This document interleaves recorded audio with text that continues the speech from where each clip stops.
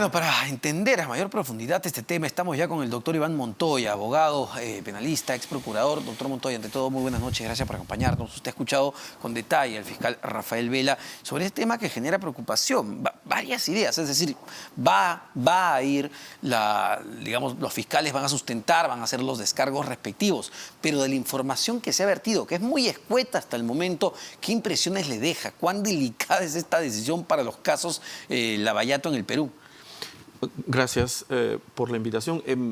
Lo que has mencionado es relevante. Esa parte que la propia Fiscalía dice, sí, que los elementos alcanzados por la empresa respecto del no cumplimiento del acuerdo refieren elementos graves y verosímiles, dice, ¿no? Graves y verosímiles.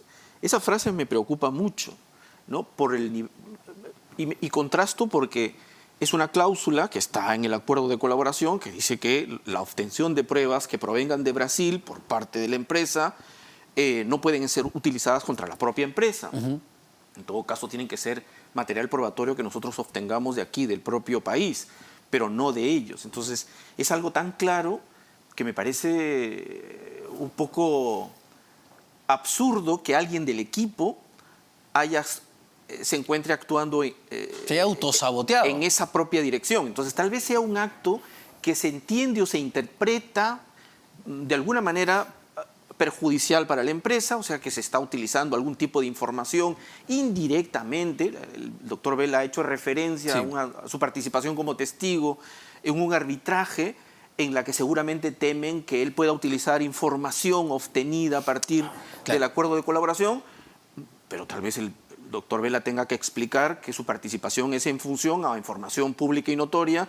no vinculada a la información procedente de Odebrecht. Pero, digamos, entiendo que es cuestión de aclarar, ¿no? No hay que olvidar que ya hubo un problema en el 2018, ya 2019, se suspendió antes. Se había suspendido el flujo de colaboración explícitamente por algún motivo que incomodaba a la empresa, y que luego de entablar algunas comunicaciones, me parece que en 3 o 4 días se reanudaron las coordinaciones. Entonces yo espero que sea más o menos concluyente la explicación del fiscal Vela y del equipo allá ante las autoridades brasileñas, y que esto en 3 días o 4 días se aclare y no impida las coordinaciones para las cuales han ido, que es preparar un poco la información para los testigos en el juicio oral de Humala, ¿no? Ahora, y se lo comentaba el doctor Vela, ¿no? Y me decía, no se puede tapar el sol con un dedo en cuanto al contexto político que se vive en Brasil.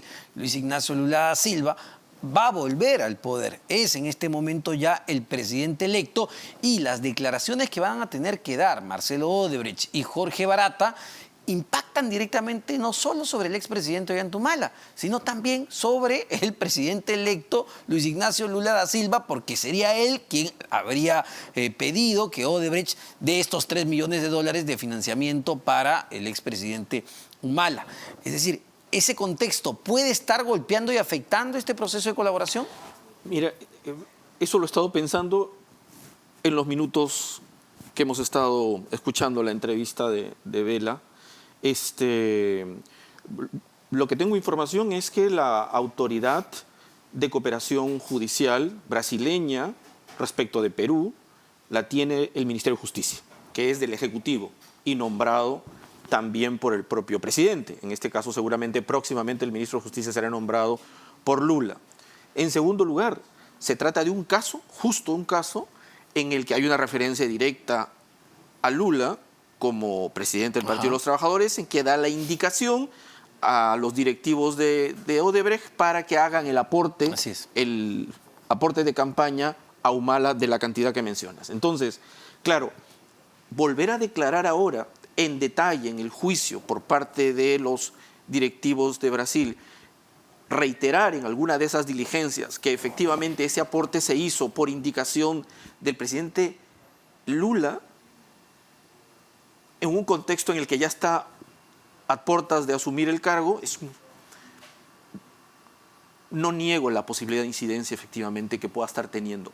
Alguien me decía alguna vez, cuando visitaba Chile por el tema de la extradición de Fujimori, que la clase judicial o el sistema judicial, aunque nadie le dé una indicación, en algunas ocasiones respira por dónde va el poder, ¿no?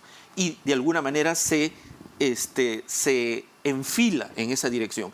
No quiero creer, sinceramente me afirman que el grueso sector del Ministerio Público brasileño goza de autonomía, goza de independencia y esperemos que eso no ocurra. Sería sinceramente catastrófico, no solo para el Perú, sino para el resto de América Latina que está en ese empeño de juzgar los casos en los que Odebrecht ha estado comprometida, ¿no? Y doctor, a ver, si no se puede levantar esta suspensión, que entiendo los fiscales van a tener que dar sus alegatos correspondientes para que el Ministerio Público evalúe, ¿qué va a suceder? ¿Qué impacto directo va a tener? Hablábamos justamente de retraso en los procesos, ¿se pueden llegar a caer los juicios contra los expresidentes políticos que han estado investigados o que son parte del caso Lavallato?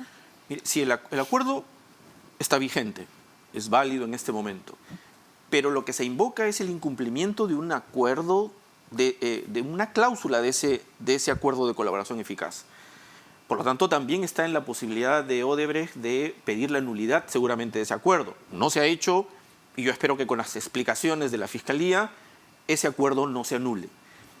Pero si respecto de Brasil esa suspensión se termina consolidando, digamos, para efectos de no participar más, el impacto creería yo que es el de un debilitamiento de las posiciones de la Fiscalía. No creo que se caigan los procesos, pero sí un debilitamiento. Como lo ha explicado Vela, no tendríamos el detalle de una mayor explicación en el propio juicio oral.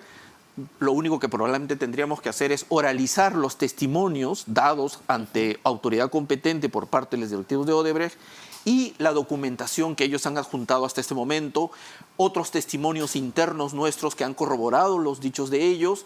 Entonces sí hay una carga probatoria, pero ya no están los autores, seguramente los actores, para detallar estos casos y contradecir probablemente a las preguntas de la defensa. Porque ¿no? uno diría, a ver, cuán dependientes somos justamente de la empresa Odebrecht, ¿no? Que finalmente se le permitió pagar su reparación con facilidades, en partes. Realmente en el balance, ¿ha sido un acuerdo provechoso para el Perú? Hasta este momento es provechoso. Reconozco lo que tú dices, es decir, creo que la empresa Odebrecht no actúa con buena fe desde hace ya mucho tiempo, desde el inicio de las negociaciones, oculta información. En términos normales, si esto hubiera sido un acuerdo de colaboración con cualquier persona natural únicamente, aquí en el Perú, prácticamente estaría contra las cuerdas y tendría que decir toda su información, porque claro, cualquier ocultamiento le revocan los beneficios de colaboración. En el caso de Odebrecht, primero, las pruebas en su mayoría han provenido desde el Brasil. Entonces, no se han producido aquí, están en gran medida allá. Segundo, dependen de directivos que están residiendo allá y están sujetos a la jurisdicción de allá. Entonces, y negocian en doble efecto, o sea, negocia la empresa y negocian las personas naturales. Y negocian combinadamente, reforzándose. Uno apoya a sus exdirectivos y los exdirectivos siguen las instrucciones de su empresa. De la empresa dependen las pruebas que todavía faltan entregar y de los colaboradores su presencia en los juicios orales, ¿no? Bueno, complicadísimo, complicadísimo. Muchísimas gracias, doctor Iván Montoya, por esta entrevista, abogado y ex procurador. Tenemos que ir rápidamente a una pausa. Venimos para seguir conversando de este y otros temas.